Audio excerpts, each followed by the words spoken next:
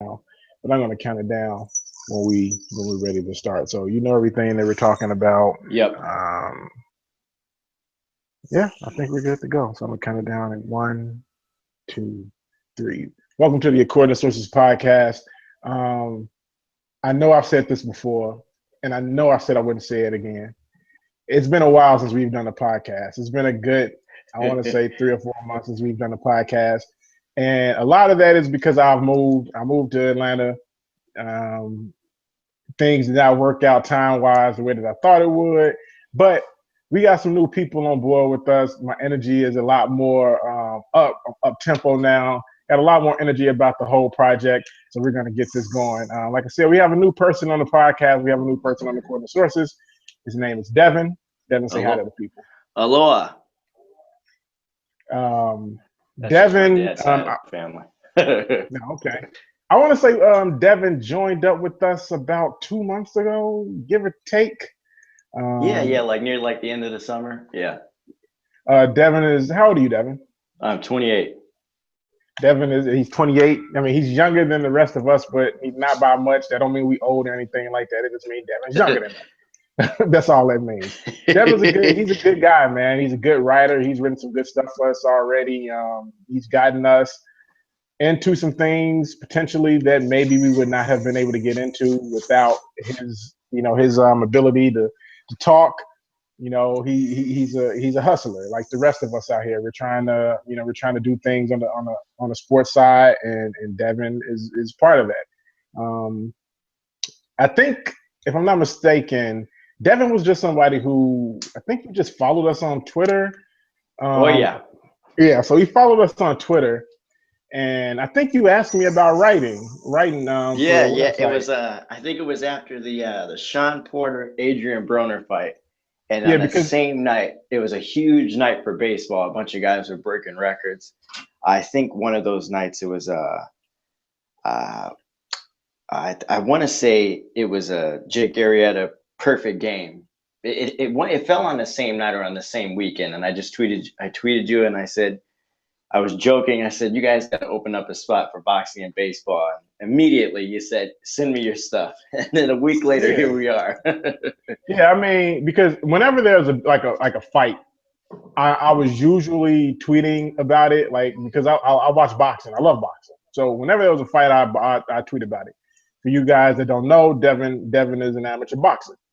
So whenever anything would come on, for the most part, me and Devin we'd be talking about boxing. We'd be going back and forth. Me, Devin, a couple other people, whoever was on Twitter at the time.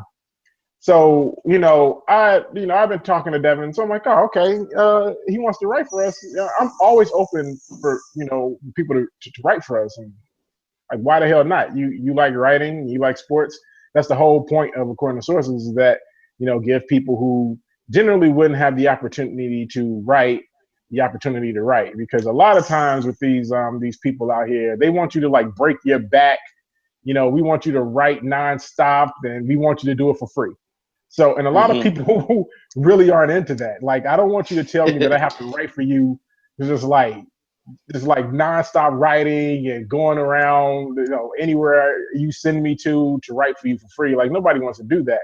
So the whole point is to give people an opportunity to write, and to write on their terms, and when they can, not when someone tells them they have to. Like, nobody wants to be told you have to do something when you probably don't really have the time to do it. So when he came Exactly. up to me and asked me about writing, it was like, oh shit, hell yeah, why not? Like, I need more people to write, like, for real. Like, it's difficult because like we're new. We're still new. Like, there are other places that have been around for like 5, 6, 7 years. This is only our second year, like 2.5 years that we've been doing this. So when Hmm. someone comes up to me and they actively says, "Yeah, I want to write," then yes, I'm going to give them the opportunity to do so. Um, so like he said, it was very, very quick. He asked me about writing, and I was like, "Sure, let's go." And he came on. He's written a couple things. He put something out. You put something out last week that I've been tweeting out. It was about Cotto and Freddie Roach Yep, before yep. before the fight. Yeah, the relationship with a renowned relationship with Miguel Cotto and Freddie Roach. A lot of people after the Austin Trout loss, in which Austin Trout just basically beat Miguel Cotto at his own game, but just from a southpaw position, he just dominated him, and had Miguel Cotto just looking all bloodied and bruised. And at that point, a lot of people were definitely doubting him and really telling him like, yeah, maybe you should take another fight, take one more fight where that's you can what just a lot of beat people some were guy saying, and just to leave. Cotto. Yeah. Just retire, and then he said, "Let me make one Hold last on, little." Devin, because you're cutting in and out right now. Oh damn! So let's give it a second. How about now? Can you hear me? It's time for him to retire, because like Devin said, he was beaten and bruised and battered in that fight, and like, how much of that can you take? Because he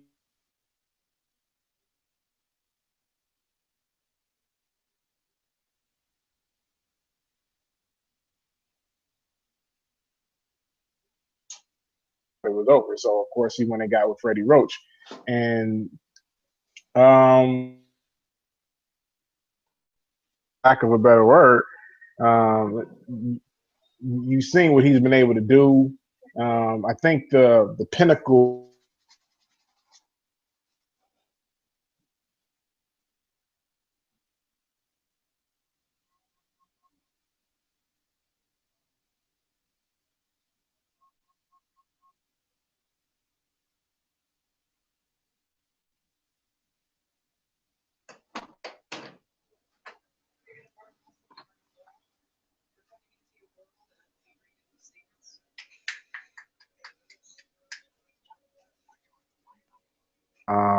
About that relationship, Chad pretty much reinvigorated Miguel Cotto and reinvigorated.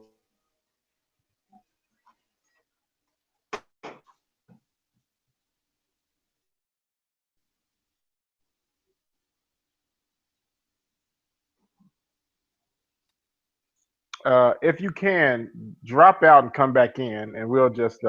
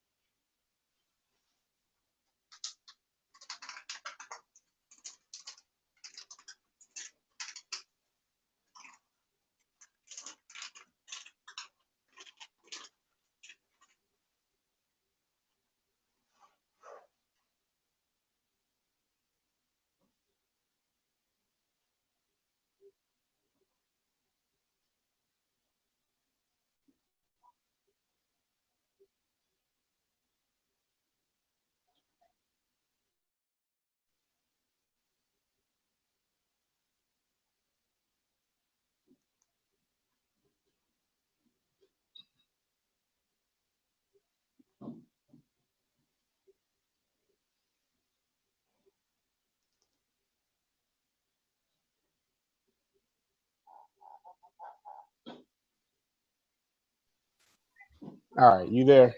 Yeah, I'm here. We're gonna have to do some crazy fucking editing on this one.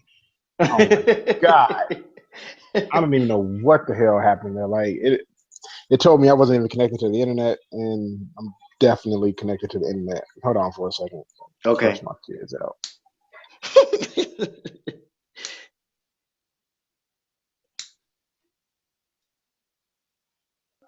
Okay, I'm sorry.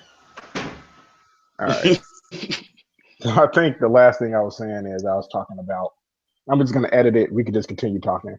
I Okay. think the last thing we were saying is, I was talking about you writing about Miguel Cotto Yep. and Freddie Roach, and about how Freddie Roach basically he saved his career because after that fight with Trout, you know,